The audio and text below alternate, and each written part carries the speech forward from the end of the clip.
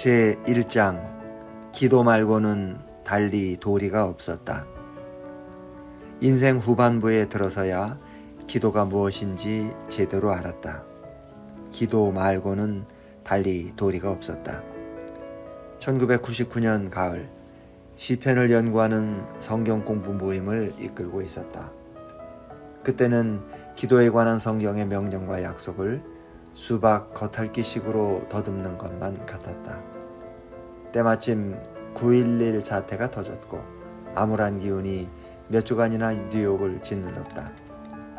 온 도시가 마치 그러기로 약속이나 한 것처럼 한꺼번에 임상적 우울증에 빠져들었다.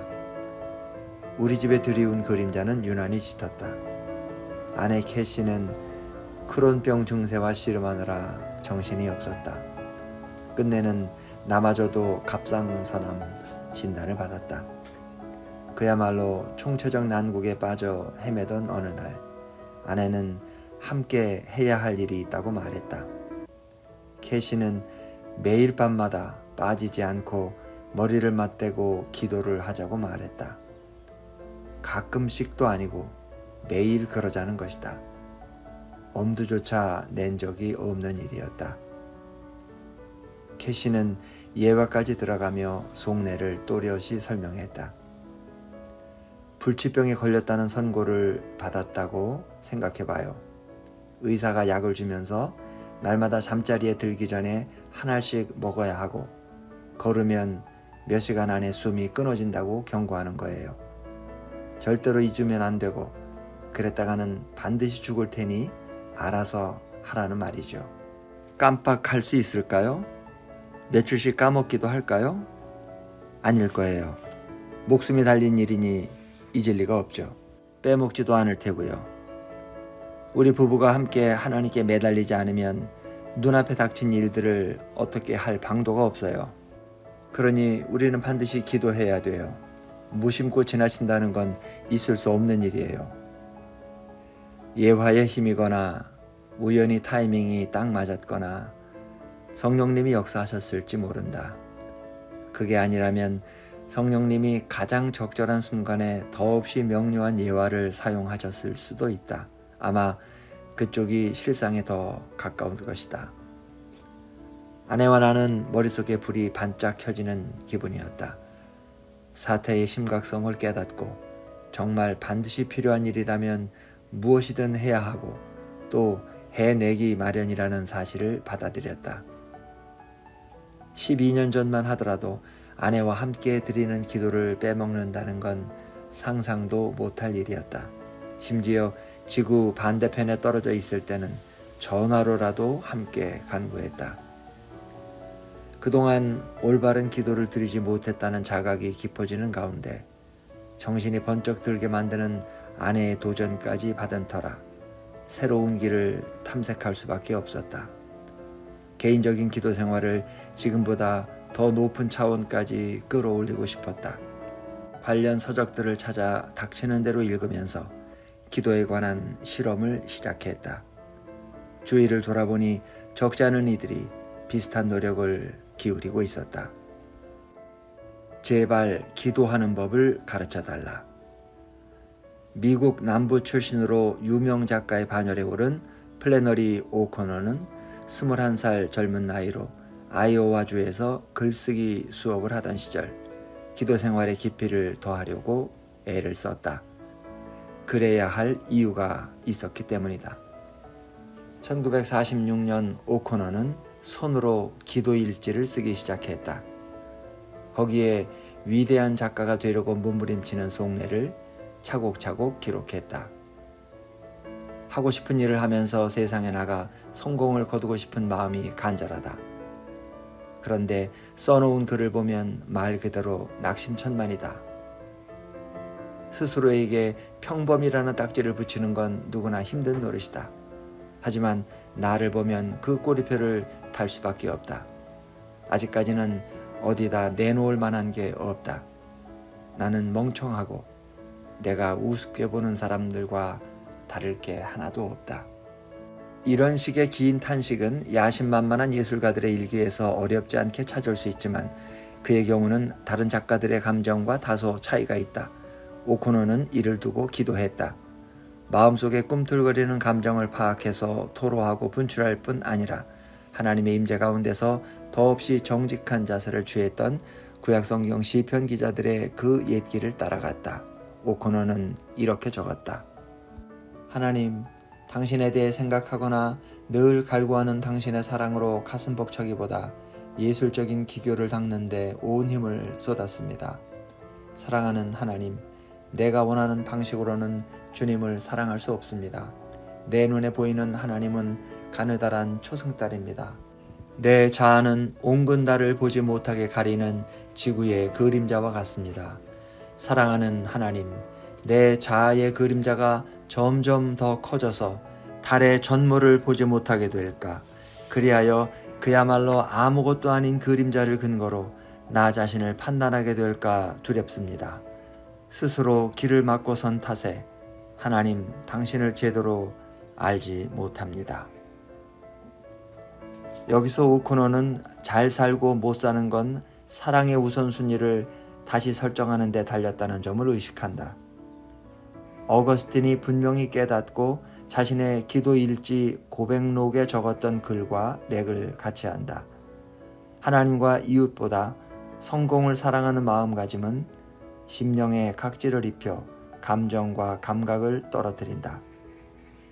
아이러니컬하게도 더 형편없는 예술가로 전락시키는 것이다.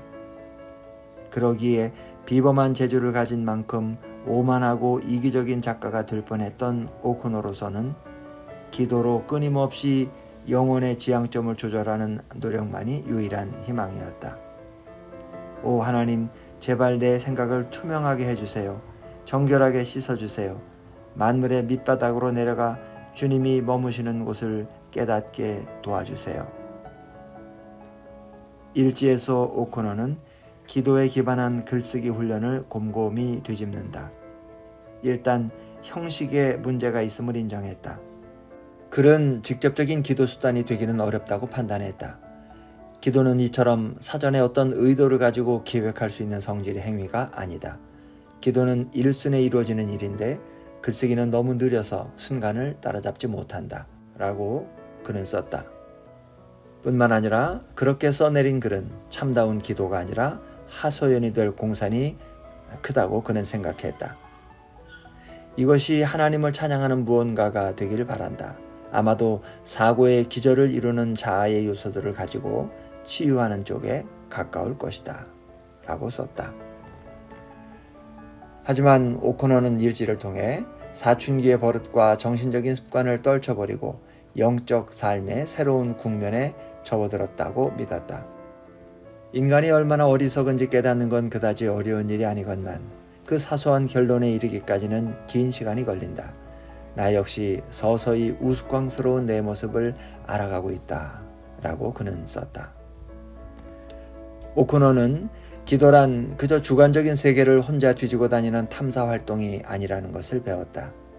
기도는 또 다른 존재와 함께일 때만 가능하다. 그 존재는 하나님이시며 대단히 독특한 분이다.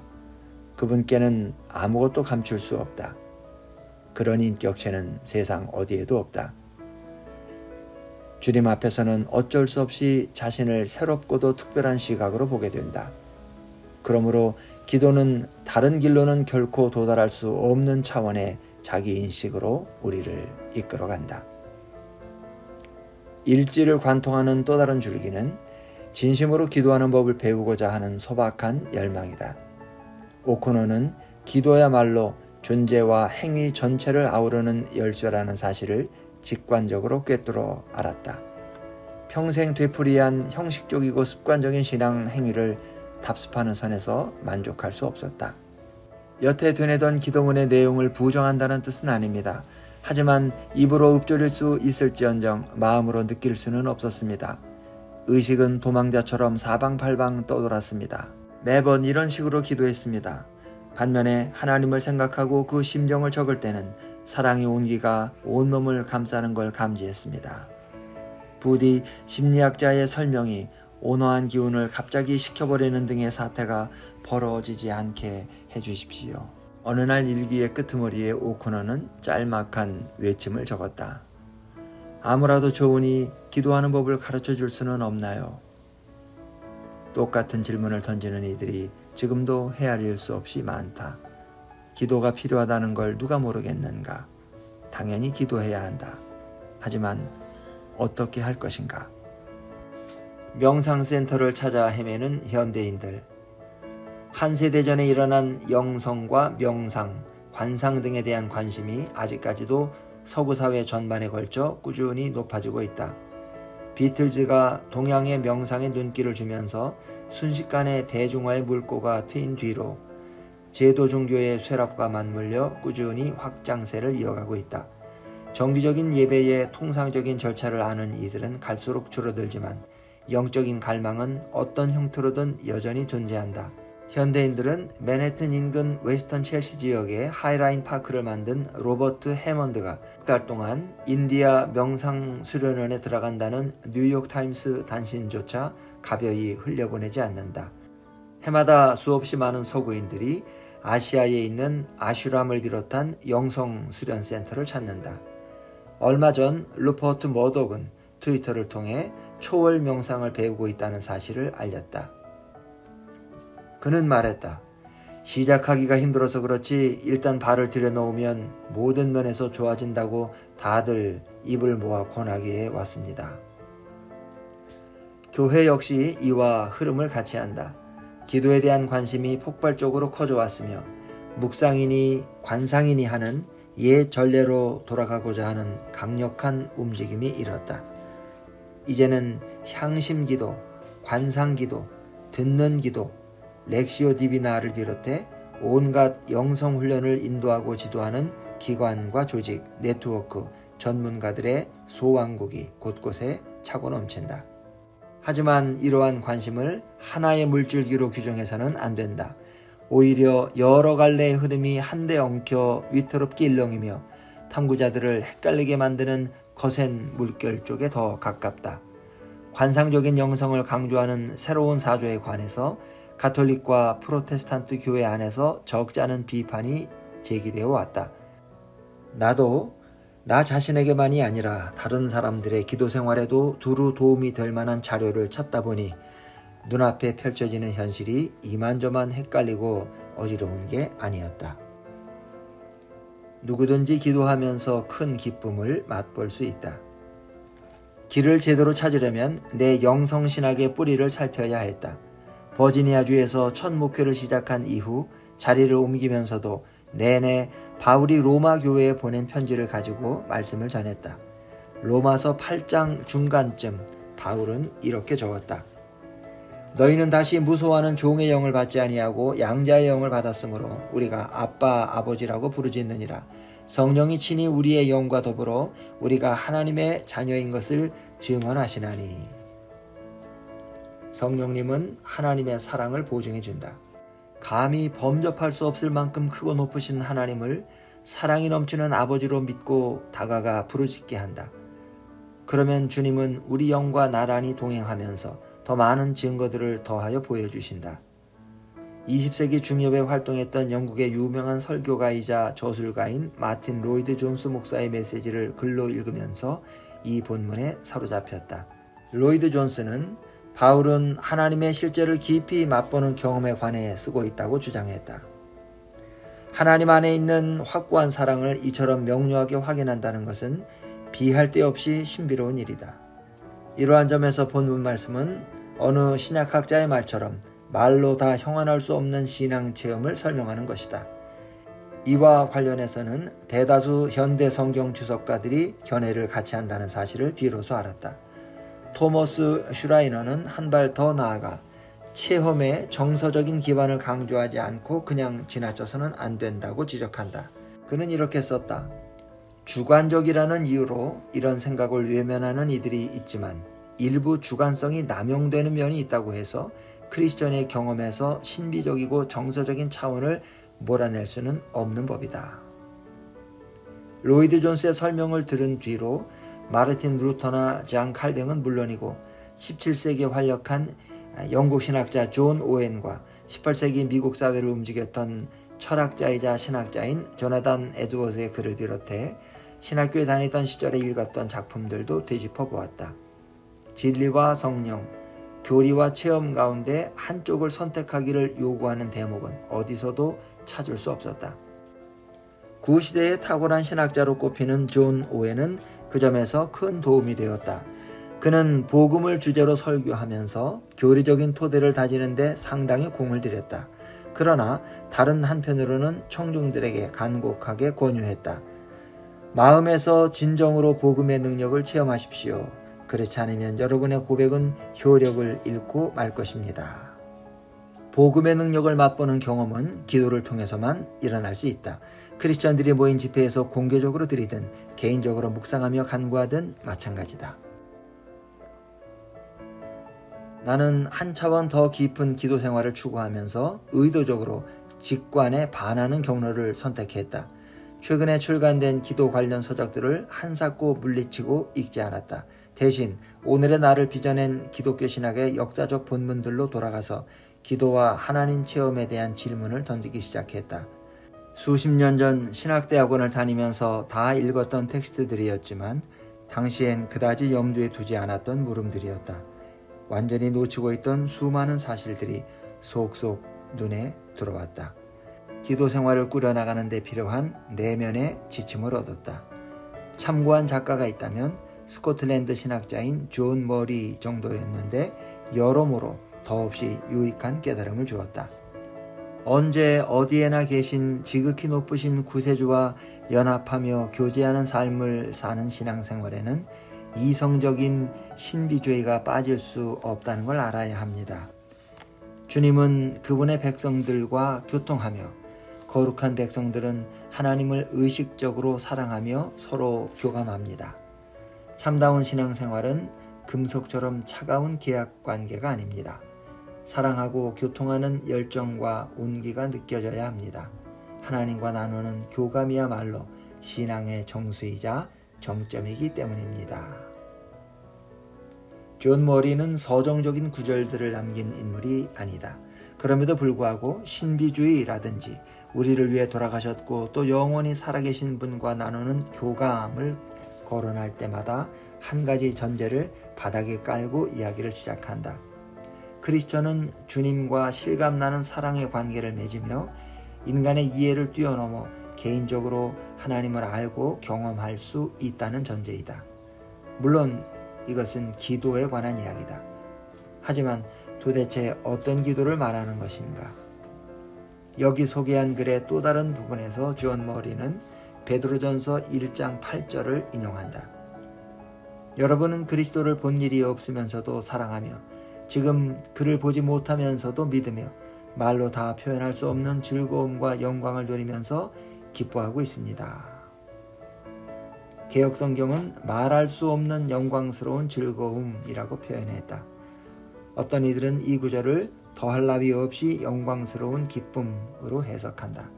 이 말씀을 곱씹을수록 베드로가 그를 읽을 모든 독자들에게 이렇게 단언할 수 있었다니 참으로 대단하다는 생각이 든다.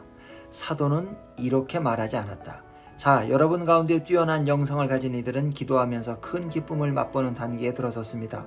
다른 분들도 언젠가는 그렇게 되리라는 소망을 품으십시오. 라는 얘기가 아니다.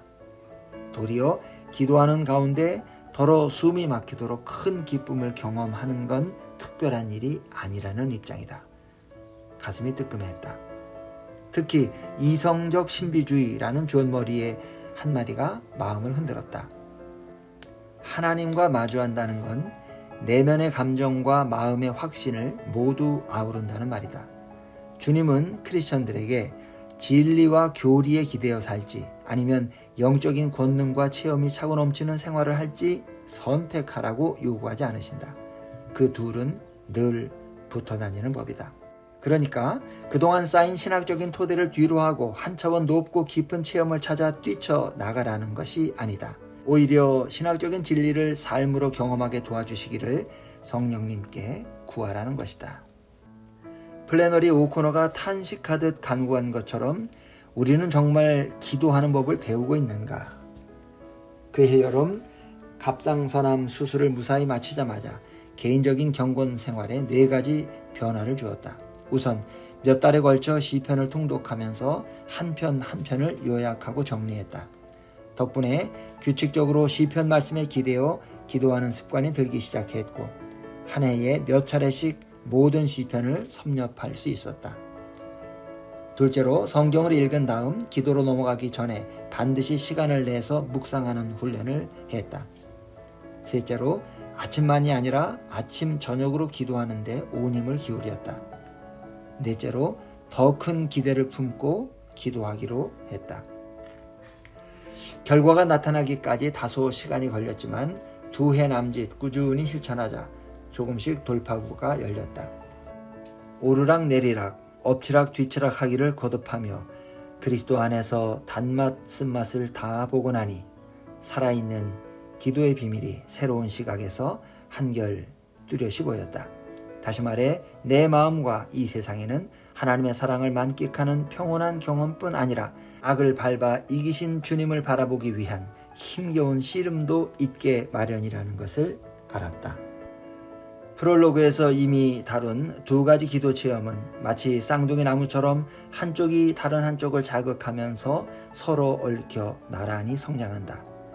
이제는 기도란 마땅히 그러해야 한다는 믿음이 생겼다. 영적인 생동감과 힘이 솟았다. 지금껏 목회자로 일하고 메시지를 전하면서 좀처럼 겪어보지 못한 일이었다. 훈련 과정을 통해 배운 내용들은 앞으로 소상히 다룰 작정이다. 그럼에도 불구하고 기도는 글로 옮기기가 이만저만 어려운 주제가 아니다. 이렇다 저렇다 말하기 어려워서라기보다 10중 8구 스스로 너무 보잘것없고 무기력하다는 자각이 드는 까닭이다.